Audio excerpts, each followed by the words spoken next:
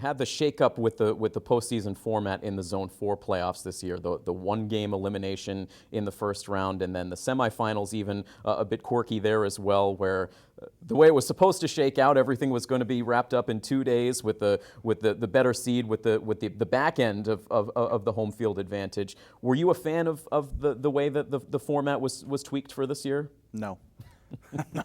I wasn't. I also wasn't a fan of how the MIAA decided that they were going to push the high school season back a week in March. I thought it was premature, and in turn it hurt the Legion season because we were forced to play 24 games in 4.5 weeks. I was a coach in the spring. I was talking with Mr. Boucher, our athletic director, and I said the same thing. Why do we have to push it now? Why can't we wait until April? And he felt the same way. But the MIAA, its own governing body, they have their own opinions, and sometimes they're a little ridiculous, but that's perfectly fine. It allowed the high school teams to have their seasons a little more spread out. But like I said, it hurts the summer ball. And I'm a fan of 2 out of 3. I think the traditional 2 out of 3, with the way we had it last year, is a perfect setup. I think a lot of coaches in our zone felt the same way, but we had to make a change in order to keep the semifinals and the finals 2 out of 3 in our zone. I kind of felt for Northbridge, as sad as weird as that might sound. You're the number 1 seed, you have a bye, and then your first game is on the road. How does that make sense? It doesn't.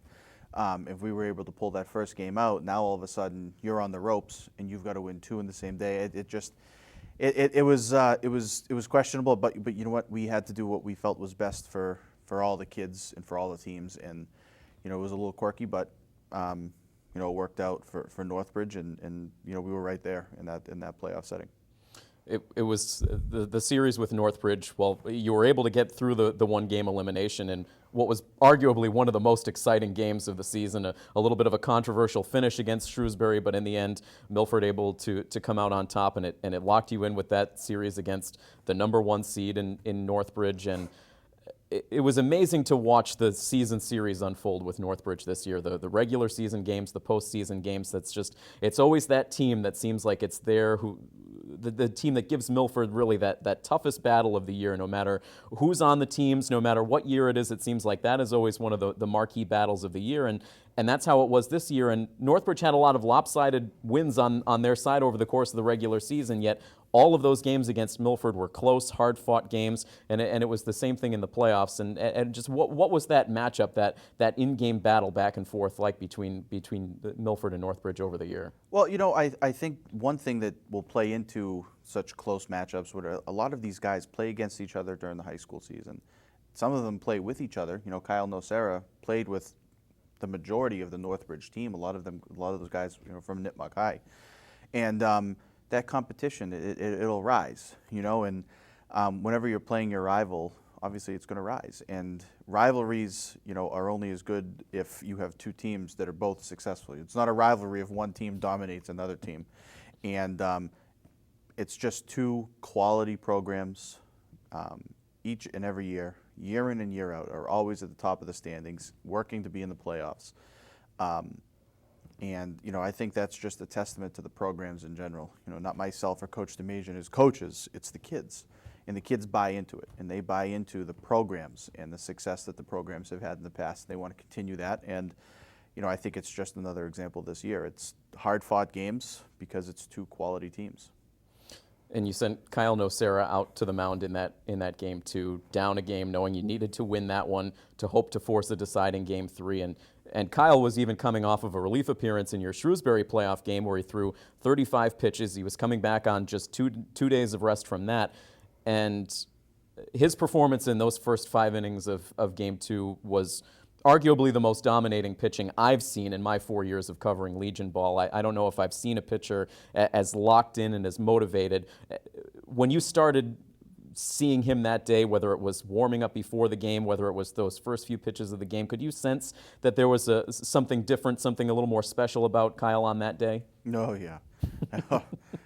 He was in a zone of all zones. He said it going in. I remember that Friday night after the game, he walked up to me and said, "Do I have the ball tomorrow?" I was like, "Well, we're going to talk you just through." And he just looked at me and he said, "I'll be ready." Okay, great. Whew, was he ever? He was outstanding. Every pitch was working that day, inside, outside, slider, curve, change. He was fantastic. And that continuation, unfortunately the rains came.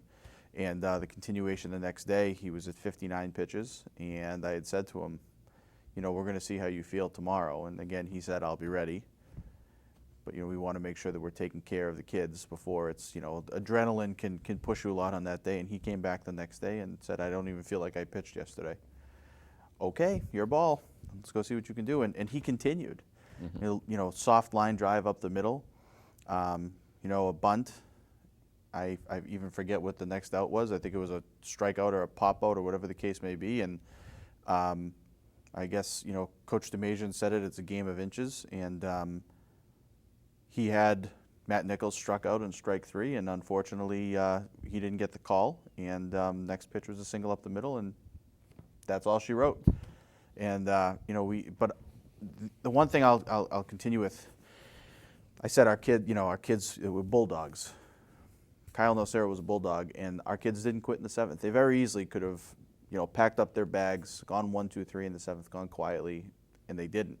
Andrew McMillan hit that rope up the middle, just perfect placement there for Galimi to be up the middle. Tyler made a nice play, turned double play, and that was it. But our kids fought. I'll repeat this 100 times. They fought and fought and fought, and it was such a resilient club. We were very proud of how they carried themselves and how they continued to fight until they told you could not play anymore. That's what they did. And I think talking about Andrew McMillan specifically, we start to look now at the players who their eligibility now with Legion is up, and Andrew is one of those players, and Andrew McMillan is someone who's been around the team as long as I have. This was my 4th year covering the team. It was his 4th year on the team. I think I still have some years of eligibility left, but Andrew and really his family has roots with the team. His older brother E.G. was there my first year with the team, and he seemed like a player that this team was just in his blood, and he was passionate about it year in and year out, and he was a player that seemed like he really embraced taking on that veteran leadership presence this year.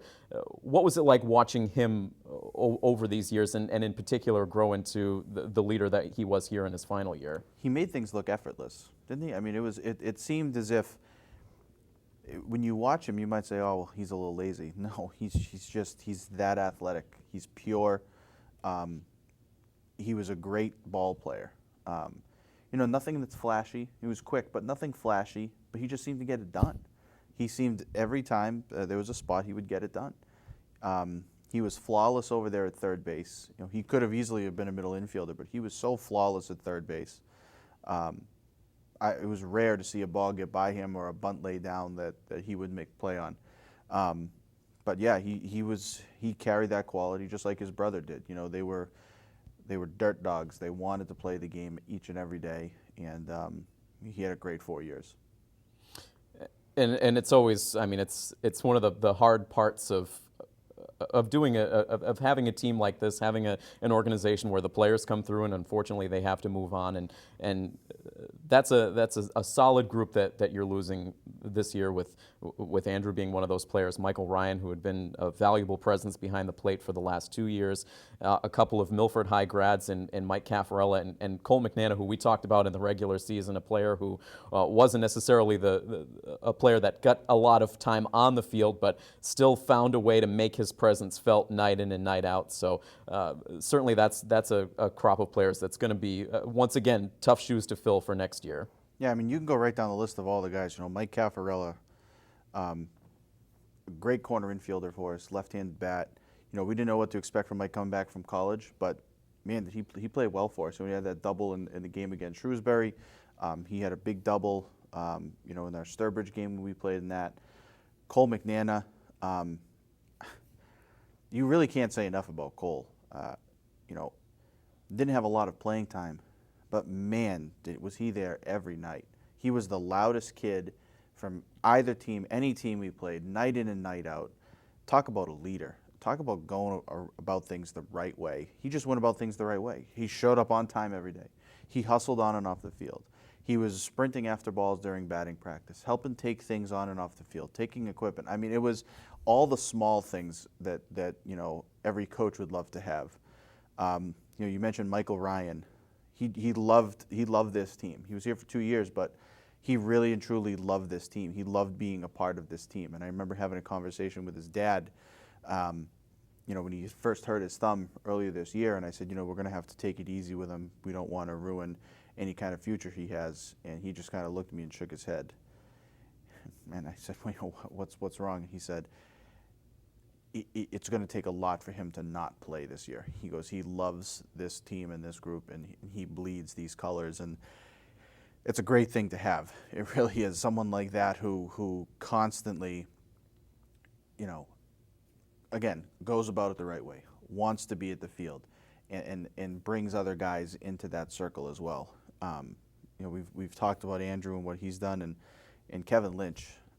Oh, back-to-back Hopedale center fielders for him and Ian Strom that are just lights out in center field. I don't think there's a ball that has dropped at Pheno with the two of them playing in 5 years. Kevin was an outstanding outfielder and a pleasure to coach, just like Cole. Energetic, loud, always smiling, always upbeat, always wanting to do anything he could for the team. Great pitcher as well. He had that great performance at Leominster this year. That was a great outing as well, speaking of pitching. And, he wasn't a power hitter, but a line drive guy. He used his speed. He used his wheels. Those 5 guys, definitely going to be 5 guys that are going to be missed moving forward. And 13 guys that are eligible to come back next year. A lot of them going to college, so we'll see how that translates next year. But yeah, those 5. It seems like every year you say, well, maybe next year won't be as bad to lose these to the next crop losing or whatever the case may be. And guys that graduated last year and now the guys that graduate this year, it just seems like each and every year there's something about each one of those guys and how much they have given back to the program, and we can't thank them enough. It's a special group, no question about it. Really, the whole team's special, and I think the one thing that if fans want something to really hold on to for next year, you have a lot of very young players on this team too that seem like they've really only just touched the surface of their potential as athletes overall, and in particular as players on this Legion team. And I really look to Blake Hill and Aiden Wild in particular. Blake Hill now finishing up his 2nd year on the team, and you could just see the progress that he made really all the way around in his game this year on the mound and certainly in the middle of that lineup. And Aiden Wild just seems like a player with just limitless potential in terms of his all-around game and his ability to just look like a natural athlete in any sport element. And so those really are 2 players in particular that seem like they have the potential to do very big things on this team in the future. Yeah, I mean, we have a lot of guys, freshmen, sophomores, that just finished their freshman, sophomore, and junior seasons. You mentioned Aiden and Blake and Brian Espinette from Hopedale. He was injured at the end of the year with a knee injury, but I mean, young, good quality talent that is coming back, that got a lot of experience this year too. That's the other thing, besides guys who were graduated from high school this year. Kyle Nocera is going to be back in high school. Tyler Monahan will be back in high school this year. Brian Ireland, Michael Farrell, all of these guys are young, quality guys that still have 2 years of experience at least left, with the team, if not more. Some of them have 3.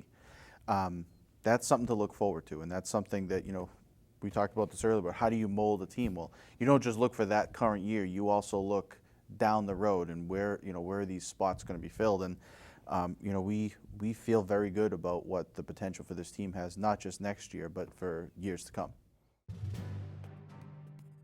Hey everybody, this is Tim Coette. Make sure you check out full episodes of The Milford Informer on Milford TV. New episodes air every Friday night at 7:30 p.m. and then re-air frequently over the course of the weekend. Milford TV can be found on Comcast Channel 8 and Verizon Channel 38. And if you live in the Milford area and have an idea for a news story, you can contact us at news@milfordtv.net.